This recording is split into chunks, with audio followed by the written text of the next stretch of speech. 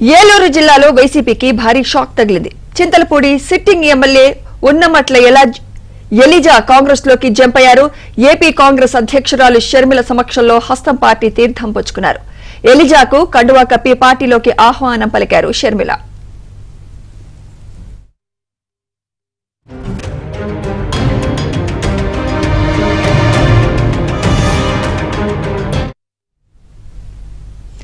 Eliza party మారడం, అది కూడా కాంగ్రెస్ లో చేరడం స్థానికంగా చర్చనీయాంశమవుతోంది.